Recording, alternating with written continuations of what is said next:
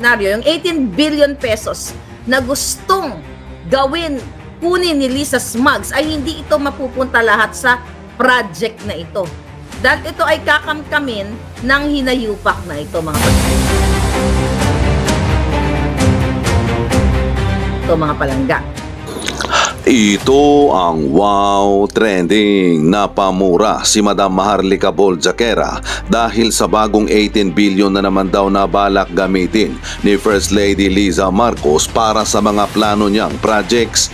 Sa 18 billion daw na pera na ito na gusto daw ni First Lady Liza Marcos na pagandahin ang Pilipinas para dumami pa ang mga investors.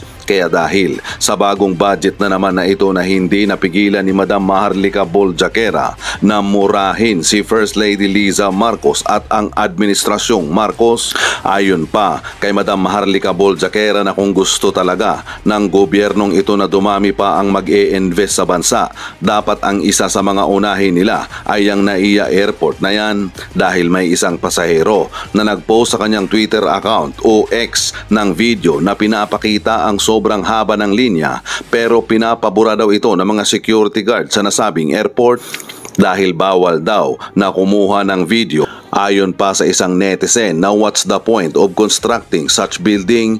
We already have PICC which is a Marcos legacy. Wala din anyang sense yan kasi sobra ang traffic sa Pilipinas. May de-prioritize correctly ang mga projects ng bansa at mas kailangan natin ng hospital at school building. Ang gusto kasi daw ni First Lady Liza Marcos na mas lumamang pa tayo sa mga bansang tulad ng Singapore, Thailand at balak pa na malagpasan ang revenue. On paman, kawatan na ang lahi ni Kuting. Di kasi naniwala ang Pilipino kay Tatay Digong. Ito na ang resulta. Bangag masyado si Kuting kaya ang asawang kawatan na namumuno lahat na kung saan ang trilyones ang madala nila bago matapos ang 6 years. Sa totoo lang, sa 13 years kung nagtatrabaho sa mga Duterte, wala akong masabi kundi napakabait nila, marunong silang tumanaw sa walang-wala kaya lahat ng binabato sa kanila ay hindi yan totoo. Mahal ng taga Davao ang mga Duterte, hindi lang sana yan. Ang mga tao na yan ang tanungin nila bakit hindi sila mag-survey sa Davao. Kalye, survey kung ano ang ugali ni Tatay at Inday Duterte. Kaya kung ipakulong ninyo ang mga Duterte, makikita nyo kung paano ang mga taga Davao maghadlang at magwala. Mas worse ito kay Ninoy kasi si Panot walang First Lady, itong Marcos may First Lady, traidor sila, walang utang na loob. Very obvious na ang paninira sa mga Dutertes gustong pabagsakin ang popularity nila, hindi magandang paraan. Sa totoo lang, ginagalit nila ang majority of Mindanaoans kapag ipinagpatuloy pa nila ito at hindi sila lumaban ng patas, magkakagulo talaga. Alam ng mga sundalo at pulis yan. I've been to airport in USA, Heathrow, Madrid, capital in Beijing or any other airport in the world. Wala pang nagsabi sa akin na bawal mag-video sa loob ng any airport. Totoo yan. Pati BIR magnanakaw, nagpa-stamp kami. Noon na mga resibo, naglalagay lang kami ng mga fixer stamp ng isang box sa official na resibo. Alam ko na si Lisa Smugs ay talagang buwisit na buwisit sa mga Duterte. Kasi nga, hindi nga inappoint yung kanyang asawa. Kaya inamin naman ni Pangulong Duterte yan na kaya hindi niya inappoint dahil nga sabog sa polvoron. Timberland, February 25 rally in Cebu. Kaya nga, yeah, you go there, ha? Pag supportahan ninyo. Kaya nga, itong mga issue ni virus, okay, nila Tambalista, lahat yan sila, pati si Kuting, kasabot yan si Marcos Jr. Dahil si Kuting, nag-aarte-arte lang na kunyari, okay kayo. Pero ang buwaka ng inang yan ang dahilan kung bakit tayo nagkakaganito. Hindi nyo ba nakikita, ang gobyerno natin ay sumasadsad na pabulusok papunta sa kumunoy. Ang Pilipino ang sumasadsad. Pero sila, bumubongga ang kanilang kinabukasan ng kanilang buhay kasi sila ang kumakamkam ng pera. Katulad na lamang ng issue dyan sa People's Initiative. Di ba? Ano ang issue dyan? Na nahuli nakita ni Amy Marcos yung mga insertion dyan. Okay? Insertion ng mga projects na hindi naman, na hindi naman inapprove, okay, nila mismo ng Senate. 'Di ba? Yung mga in-insert nila sa BICAM, yung issue sa 27 billion. Then later on, may nakita pa daw, sabi ni Amy, 60 billion pesos lahat ang mga in-insert nila na hindi, kumbaga illegal, na sila-sila lang. At itong mga perang ito, mga palangga, ay galing sa what? Maaapektuhan, di ba? Basahin natin sinasabi ni Amy dito. Okay? Na pinagpapaliwanag niya na ang mga okay. Pinagpapaliwanag niya nga itong mga hayop na ito na bakit, mga kababayan, itong budget na ito, okay, itong mga budget na siningit nila na 26 billion na para kunyari para sa programa ng DSWD pero wala namang na-request yung DSWD, itong akap-akap na ito, di ba? Ito ay kagagawa ni Lisa Smugs at ni Tambaloslos. Okay? Sabi nga dyan na dapat ipaliwanag kung ano yan mga alokasyon na yan. Kung ano-ano yung budget na yan. So, alam na natin na ito ay mga gawa-gawa lang ni Lisa Smugs. So ngayon mga palangga, imagine ninyo ang mga pondo para sa mga pensioners. Okay? Mga pensioners sa ating mga men in uniform ay naaapektuhan. Okay? Paano naaapektuhan mga palangga? Kasi yung supposedly sa kanilang retirement ay ninanakaw ng mga hinayupak na ito. Di ba? Ninanakaw ng mga lecheng ito ang para sa ating men in uniform. Dahil nga gusto nilang madaliin ni Tambaloslos, madaliin ang pagnanakaw sa kaban ng bayan. So ngayon, ito yung ginagawa ngayon ni Lisa Smugs. Napunta na tayo dito sa 18 billion na ito. Di ba? Ang sinasabi ni Lisa Smugs at ni Kuting na inuutusan niya, mga palangga, inuutusan niya na sairin ang kaban ng bayan. Okay? Sairin ang kaban ng bayan ng Bangko Sentral ng Pilipinas kasi kailangan niya ng 18 billion pesos. 18 billion pesos para dito sa kanyang Philippine International Exhibition Center, yung PIEC na sinasabi natin kagabi. Ngayon, ito yung kanyang pet project na kung saan mga palangga ay i-renovate o itatayo nila itong building na ito para sa what? Para daw, ang tawag doon ay Global MICE o Meetings, Incentives, Conference, and Exhibitions Industry. Kasi gusto niyang lagpasan, di ba? Ang Singapore, gusto daw niya lagpasan ang Thailand and everything. So, ngayon mga kababayan, itong hinayupak na ito, ang intention daw ng babaeng ito ay kailangan makilala ang Pilipino, maging sentro ang Pilipinas sa mga conventions para sa atin daw pupunta itong mga negosyante na kung saan magbi-meeting sila sa kanilang about pagdinegosyo. Kaya gusto ni Lisa Smugs na kumuha ng 18 billion pesos na naman sa kaban ng bayan dahil magtatayo nga daw siya ng 10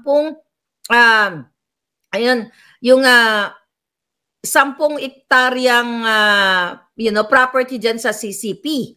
Okay? At ngayon, mga palangga, ang sinasabi dito sa issue na ito, ngayon daw ay kumikita lamang tayo ng 936 million pesos dito sa, sa ano na to, sa mga meeting, dito sa, kung saan, dyan sa PICC na, dyan nagko-convention, diba? Nagko-convention yung mga negosyante. So, ang gustong gawin ni Lisa Smugs, maging sentro tayo, kaya naman, mag-expand siya ng additional 128,000 square meters. Okay? Ngayon, kailangan niya ng 18 billion kasi nga gusto niya lagpasan ang kinikita ngayon ng Singapore at ng Thailand. Okay? Magkano ba kinikita ng Singapore ngayon? Okay? 14.6 billion. Tayo pala, 95 million lang. Alright? Tapos ang Thailand, 3.76 billion. Ang Indonesia, 2.5 billion. Okay? So, ayon sa hitad na Lisa Smugs, dahil gusto niyang gawing pet project yan or cam-cam project. So, mag-expect daw tayo kapag itinayo yan ng 14 billion profit. From 900 million, mag-expect tayo ng 14 billion. Anong kadyutahan yan? Mga palangga, itong hayop na to, magnanakaw na naman. Paano tayo ma-attract itong mga foreign direct investment? Ito yung mga magmi-meeting, magtatagpo sa Pilipinas kung mismo ang ating kapaligiran ay talamak sa pulburon. Paano tayo maniniwala sa hinayupak na to na sinasaid niya yung 18 billion lang yan, napakaliit nga lang yan kung tutuusin. 18 billion para maisakatuparan niya yung kanyang project para sa dagdag naman na kamkam. Kung yung hinayupak, okay, yung hinayupak na pagdating diyan sa smuggling ay nandiyan pa rin. Okay? Paano tayo maniniwala sa hinayupak na to, sa babago niya na naman kakamin na 18 billion para maging world class tayo? Bakit kilala tayo sa Southeast Asia na tayo ang pinaka-yumayabong? Paano papasok sa atin ang mga investors again, mga kababayan? Okay? Kung dyan sa airport pa lang, worst airport na. Diba? Nakita nyo? Yung sa mga TikTok, libo-libo. Okay? Libo-libong nakapila na hindi napapacilitate yung kanilang mga transaksyon papasok sa Pilipinas dahil ang pila akala mo talagang abot hanggang hanggang langit.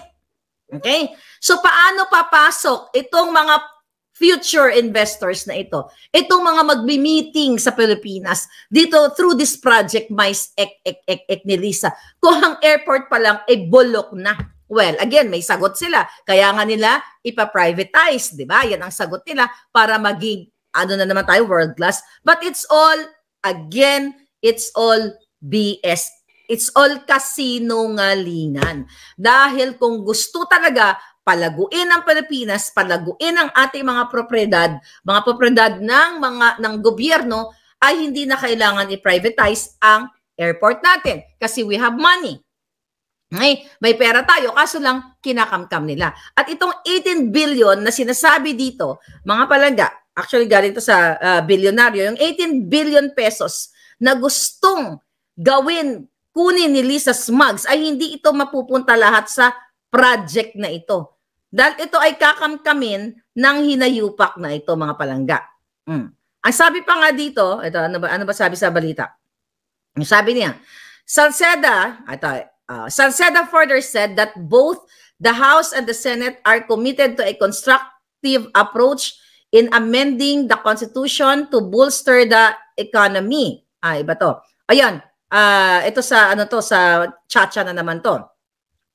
Despite potential challenges and delays, Stella Kimbo, Senior Vice President of the House Appropriation Panel, highlighted the Philippines' robust economic growth in the final quarter 2023, but expressed concern about the sluggish pace of foreign direct investment. She pointed out that despite the positive economic performance, the country lagged behind its Asian neighbors, Indonesia and Vietnam, in attracting FDI, receiving only 83.5 billion compared to Indonesia. So again, sino ba to si Salceda? Di ba? Sinasabi nila dito na madaliin na nga itong charter change na ito, itong Chacha na ito.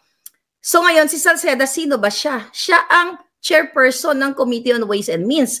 Kung itong si Salceda na ito na sinasabi niya na kailangan makapag-attract tayo ng foreign direct investment, suportahan natin si Ahas, suportahan natin si Kuting sa kanilang magandang layunin, ito'y kasinungalingan. Dahil diyan mismo sa committee ni Salceda, pinigil o kinancel ang hearing kay Michael Ma na inappoint nila. Sino si Michael Ma? Again, smuggler. So ito magkakasabwat ito, mga palangga. Itong binabasa ko ngayon, ito yung panawagan nila Salceda na suportahan ang charter change. Okay? At suportahan daw si Kuting sa panawagan niyang pang-economic growth o pang-ekonomiya, which is yung sinasabi ng provision sa sa Jotang Gininang initiative na ito. Magkakasabot sila lahat, mga kababayan. Okay? Magkakasabot sa lahat itong pagbabago sa konstitusyon, itong pagtitira kay Sara, para nga naman si Sara mabura na sa mapa ng Pilipinas pagdating sa politika. So si Salceda, kasabwat yan ni Lisa, kasabwat yan ni Kuting. Kasi yan ang nagpapigil. Yan ang nag-cancel ng hearing doon sa smuggler na BFF nga ni Lisa Smugs o business partner. So ngayon, magdadagdag, magtatayo na naman ng panibagong project na 18 billion para daw ma-attract ang mga investors at itong ating mga kababayan, okay, mag-i-increase, okay, lalago ang revenue. Maglalago ang revenue. 'Di ba? Hindi sila totoo na sinasabi nila na gusto nilang lumago ang revenue ng Pilipinas. 18 billion. Balya lang yan. Gusto nilang lumago ang kanilang bulsa. Hindi lalago ang Pilipinas kung polboron ka pa rin, kuting. Kung ang utak mo ay bangag na bangag noon, bangag na bangag ngayon, kailangan mo pagpapolboron test. Dahil bawat ginagawa nyo, di ba? Mapunta sa airport, privatization. Recently, may article, may article nga, kababasa ko lang si Race sa Twitter, okay, sa Twitter, isa bilyonaryo, na pinigil siya, okay, may isa tayong kababayan na mga palaga, na nasa airport siya, ang Twitter account niya is RAYS, Race. Ito yata sa Twitter ko, na ano natin, tingnan natin sa Twitter, X. Habang nasa airport siya, ito couple of days ago lang to, okay? Siya na ba si Race? But anyway, nagpo-post siya dahil pinapakita niya yung mga chaos, kaguluhan sa airport na haba ng pila. Pinigilan siya ng personnel ng airport. Sinasabi na bawal yan. Pinapadelete sa kanya. It just so happened na i-share niya na sa X o sa Twitter. So mga kababayan, eto ngayon yung gobyerno nyo dyan sa airport. Nagbibideo, di ba? Nagbibideo kasi gusto ipakita na ito na yung worst, ito na yung mas worst pa kay Abnoy, sabi nga niya sa post niya. So, nakita nyo ang instruction ng Malacanang, pigilin ang mga pasahero. Ang dami niyan na ipakita kung gaano ka-worst ang Pilipinas. Kasi nga gusto nilang pagtakpan ang worst ang airport sa Pilipinas. That's very Lisa Smugs. That's very kuting. Imbis na ayusin nila ang sistema, ang serbisyo, sinosuppress. Pinatigil tayo, bawal mag-video, bawal ganyan. Hindi ba kung maganda, smooth sailing, maayos, maaliwalas ang airport, di ba we're very proud? O ito, pa-proud tayo sa buong mundo na ito kami, Pilipino, maayos kami ang pinakamaayos sa lahat.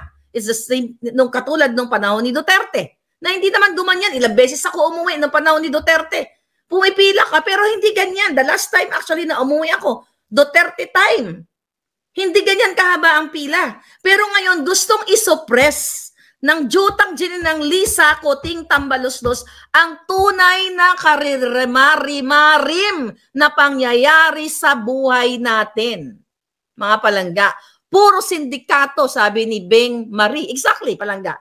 Imagine mo, pipigilan ang mga pasahero. Ilang milyong pasahero yan pipigilan yung mga hayop na kayo, imbis na i-improve nyo ang airport, ang pagmamayari ng gobyerno. Pero ngayon, hahanapan nyo ng butas, ayan, magulo ang airport, kailangan natin i-privatize. Ano ang bottom line? Pera na naman. Kikita na naman ng pera si Kuting at si Lisa Smugs. Saan pupunta ang Pilipino, mga palangga?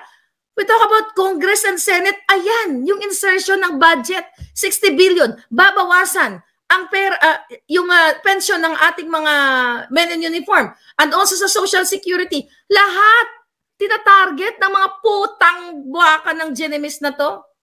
Hindi ka ba magmumura everyday? Hindi ka ba magmumura? Pababayaan mo lang ba itong mga hayop na ito? Sino ang punot dulo nito? Si Marcos Jr., kasi bangag na bangag siya. Ngayon, kung lagi natin titirahin si Lisa Smugs, which is talaga naman, dapat everyday, bangag ang buwaka ng inang mag-asawang ito, bangag na bangag sa pagkalasing sa kapangyarihan at pagkalasing sa pera ng bayan. 18 billion? Hindi pa nakontento sa travel nilang pagtatransport? Hindi pa nakontento sa PCSO? Di ba kung sa PCSO lang sila sana nagnakaw o sa Bureau of Customs, hindi mo pa mararamdaman eh. Kung kunyari nagnakaw sila ng 10 billion, no? We're just, ang liit ang baryanan sa kanila, 10 billion ninakaw nila, tapos nag-stop na sila. Di ba? Cosme, Thank you Palangga, you feel better. Oo, ako din putang talagang mga buwaka ng ina talaga. Gusto kong, kung pwede nga lang masugatan ang mga utak nila sa mura ko, gagawin ko Palangga eh. Kung nagnakaw yung mga yan, nung 2020, kung ang ninakaw, hindi kung nagnakaw ang mga yan, kasi nagnakaw yung mga putang inang yan. So kung nagnakaw sila, 10 billion, dyan sa Bureau of Customs, kunyari, tapos stop na, okay, Lisa, tama na yan. Tama na yung 10 billion na yan, pang-alak natin, pang-pulburo natin. Hindi na, kumbaga, mako-cover up yun eh. Okay, mako-cover up nila, hindi mararamdaman ng taong bayan na magnakaw sila ng 10 billion sa Bureau of Customs o sa kung saan mang ahensya, sa BIR, sa, wherever. Hindi mararamdaman ng taong bayan. The problem, sugapa, lango ang mga putang genemes. Ayaw tigilan ang mga budget, pati pension nyo, men in uniform. Kayo, lolo't lola, kasama na ako doon dahil nagbabayad ako ng social security ko, mga kababayan. Kahit nasa Amerika ako, since no dumating ako dito, ay nagko-contribute ako ng social security ko. Kaya parte ako ng budget na yan. Parte kami, buong pamilya ko nandito, mga kaibigan ko, nagbabayad kami ng SSS. Kaya may karapatan ako magmura ng buwaka ng ina nyo. Ayop kayo. Diba? Ang sarap-sarap ng tulog ko, pagising ko, tangay na, lahat, pagnanakaw. Kulamin na lang si Lisa Smag, sabi ni Boy Labyog. Kahit sino pa lang gigil na gigil, sabi ni Beng. Economic, sabi ni Den Scorpion, Polboron Bish. Yun na nga, Dens, diba? Lahat ng ahensya, BIR magnanakaw. Senador, bayaran. Tulpo, tahimik. Wala nang hinayupak, grandstanding.